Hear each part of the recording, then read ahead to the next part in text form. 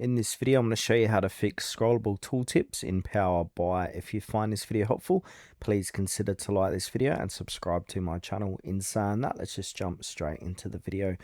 Okay, so if your Power BI tooltip is cut off or requires scrolling, the usual fix is to make the tooltip page larger or adjust the tooltip visual layout. Now, in order to do this, go ahead and open up your Power BI report and then go to the tooltip page you are using. Now come on over to the right hand side where it says under visualizations, click on format your visual. Then you want to click on the general, then open up properties. Now you want to go ahead and change the padding. So expand that and then play around with the different sizes around here. And also we can play around the size in the height and width. So we can try say 400 by 300.